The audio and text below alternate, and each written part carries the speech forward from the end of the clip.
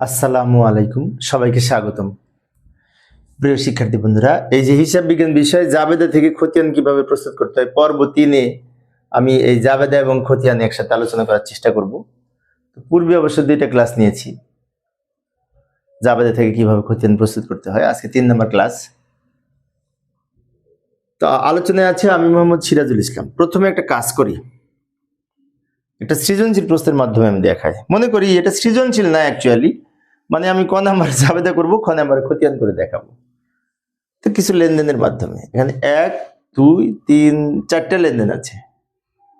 তো এই লেনদেনগুলি আগে জাবেদা করি আগে, সেই জাবেদা থেকে খতিয়ান করব। জাবেদার সব তো আমরা জানি, তাই না? আচ্ছা, ওই লেনদেনগুলি এখানে একটা রেখেছি, ওখানে 3টা রেখেছি, এই মোট 4টে লেনদেন। 1 তারিখে বলছে 1 মার্চ তারিখে ব্যাংকে এত টাকা এবং নগদে এত টাকা নিয়ে ব্যবসা শুরু করেছে। তারিখ লিখব, লেখার পরে এখানে বলেছে ব্যাংকে জমা, ব্যাংক হিসাব ডেবিট হবে। আর পণ্য নিয়ে ব্যবসা শুরু করেছে, পণ্য নিলে ক্রয় হিসাব ডেবিট হয়, তাহলে ব্যাংক হিসাব ডেবিট, ক্রয় হিসাব ডেবিট, আর মূলধন হিসাব ক্রেডিট হবে। যদি 2টা লেনদেন নিয়ে ব্যবসা শুরু করে, সম্পদ, এটা সম্পদ আর এটা মূলত ব্যয়। তো যাই হোক, ওই 2টা ডেবিট, মূলধন ক্রেডিট। আচ্ছা, টাকা কিভাবে লিখবো?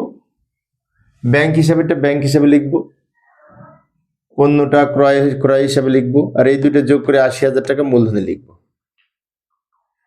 আচ্ছা, 5 তারিখে বলেছে ব্যাংকে হতে উত্তোলন। আচ্ছা, ব্যাংক হতে উত্তোলন করলে 2টা পক্ষ, 5 তারিখ দিব। নগদান হিসাব ডেবিট, ব্যাংক হিসাব ক্রেডিট, নগদান হিসাব ডেবিট, ব্যাংক হিসাব ক্রেডিট। তাহলে আমরা এখানে এই নগদান হিসাব টাকা হবে কত? 10,000 টাকা। আচ্ছা, তারপর 10 তারিখে বলেছে বিক্রয় 40,000 টাকা, 50% বাকিতে। দারুণ, তাই না? তাহলে এখানে বাকিতেও আছে, নগদেও আছে। বাকিতে অবশিষ্ট নগদে ধরতে হবে, তাহলে জাবেদা হবে এখানে মোট 40,000 টাকা। 20,000 টাকা নগদে, 20,000 টাকা ধারে, এই বলে হিসাব করতে হবে। সেজন্য আমরা জাবেদা করব নগদান হিসাব ডেবিট, প্রাপ্য হিসাব ডেবিট, ধারে হলে প্রাপ্য হিসাব ডেবিট হয়, আর বিক্রয় হিসাব ক্রেডিট।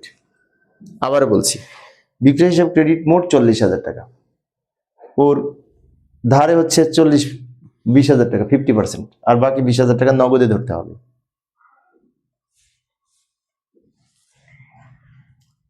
এবার শেষেরটা বলছে 10 তারিখের ধারে বিক্রয়ের পাওনা ব্যাংকের মাধ্যমে আদায় হলো।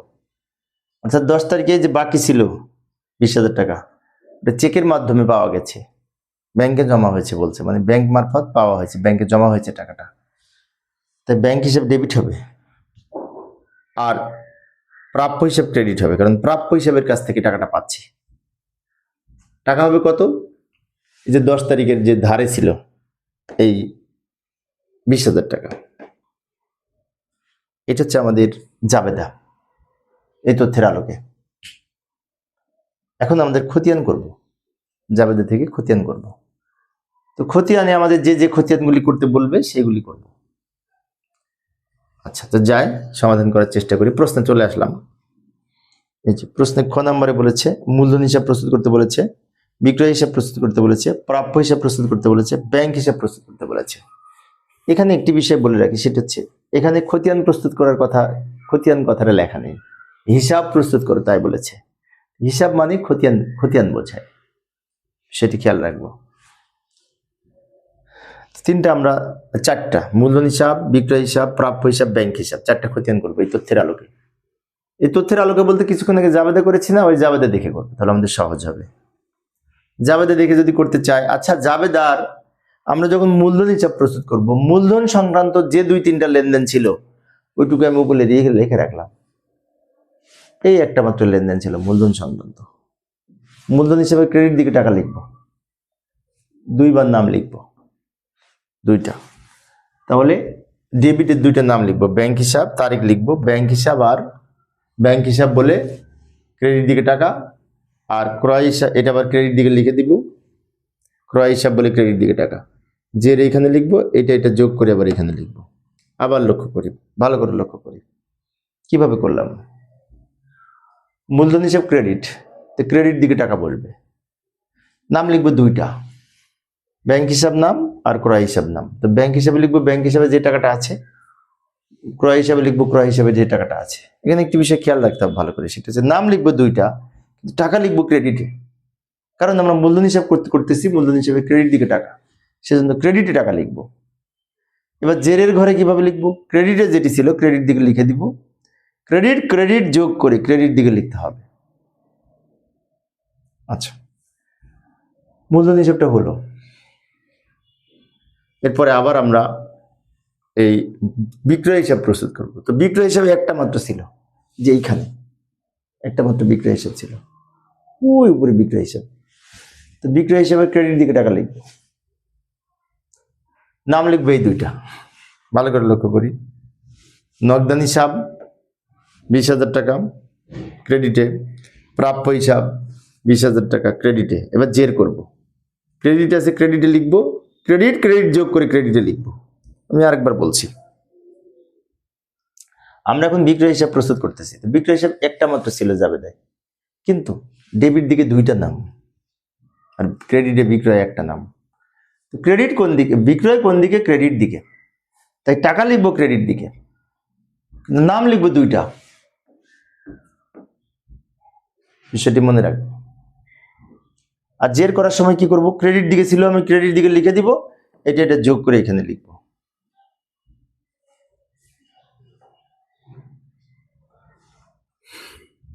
এবার আরেকটা খতিয়ান ছিল প্রাপ্য হিসাব। প্রাপ্য হিসাব দুই জায়গায় আছে, এই যে 10 তারিখে প্রাপ্য হিসাব নাম আছে, আবার 20 তারিখেও প্রাপ্য হিসাব নাম আছে। তো আমরা কিভাবে লিখবো, তাই না? ভালো করে লক্ষ্য করি। প্রাপ্য হিসাব যখন করব তখন প্রাপ্য হিসাব কোন দিকে সেই দিকে টাকা হবে, আর নাম লিখবো উল্টাটা। যেমন আমাদের প্রাপ্য হিসাব ডেবিট, তো প্রাপ্য হিসাবে ডেবিট দিকে টাকা লিখবো, ভালো কথা, কিন্তু নাম উপরেটা লিখবো না নিচেটা লিখবো, এটা কথা, তাই না?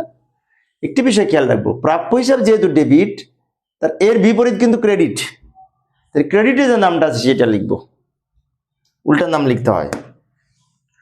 ক্রেডিটে যে নামটা আছে সেটা লিখবো। প্রাপ্য হিসাব, এই যে বিক্রয় হিসাব নাম লিখে প্রাপ্য হিসাব ডেবিট, যেহেতু প্রাপ্য হিসাব করতেছি তো প্রাপ্য হিসাবে ডেবিট দিকে টাকা লিখবো, ডেবিটের টাকা ডেবিটে লিখে দিব। এবার আবার 20 তারিখে ব্যাংক ডেবিট, প্রাপ্য হিসাব ক্রেডিট, 20 তারিখ।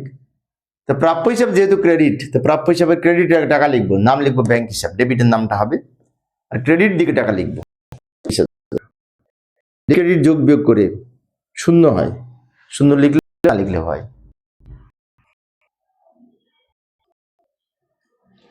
হচ্ছে খতিয়ান, তাই না? আচ্ছা, লাস্টে আর একটা খতিয়ান করতে বলেছিল ব্যাংক হিসাব। ব্যাংক হিসাবে কিন্তু 1 2 3 4টা লেনদেন, 4টা জড়িত, সব জায়গায় ব্যাংক আছে। এখানে ব্যাংক আছে, এখানে ব্যাংক আছে, না এখানে ব্যাংক নাই, আবার এখানেও ব্যাংক আছে, এইখানে এইখানে এইখানে 3 জায়গায় ব্যাংক আছে। তো ব্যাংক হিসাব প্রস্তুত করবো 3টা দেখে, ভালো করে লক্ষ্য করি। প্রথমে আছে ব্যাংক হিসাব ডেবিট, নাম লিখবো ক্রেডিটেরটা, মূলধন হিসাব। এই ক্রেডিটের নামটা লিখবো, ক্রেডিটের নামটা মূলধন হিসাব লিখে ব্যাংক হিসাবে ডেবিটে টাকা লিখবো, ডেবিটেটা ডেবিটে লিখে দিব। আবারও বলছি, ব্যাংক হিসাব ডেবিট, তো ব্যাংক হিসাবে ডেবিটে টাকা লিখবো 30,000 টাকা, নাম লিখবো এই ক্রেডিটের নামটা। এবার 5 তারিখ নগদান হিসাব ডেবিট, ব্যাংক হিসাব ক্রেডিট। তো নগদান হিসাব যেহেতু ডেবিট, ব্যাংক হিসাব ক্রেডিট, তো ব্যাংক হিসাবে ক্রেডিট দিকে টাকা লিখবো, যেহেতু ব্যাংক হিসাব প্রস্তুত করতেছি, তো ব্যাংক হিসাবে ক্রেডিট দিকে টাকা লিখবো, নাম লিখবো নগদান হিসাব,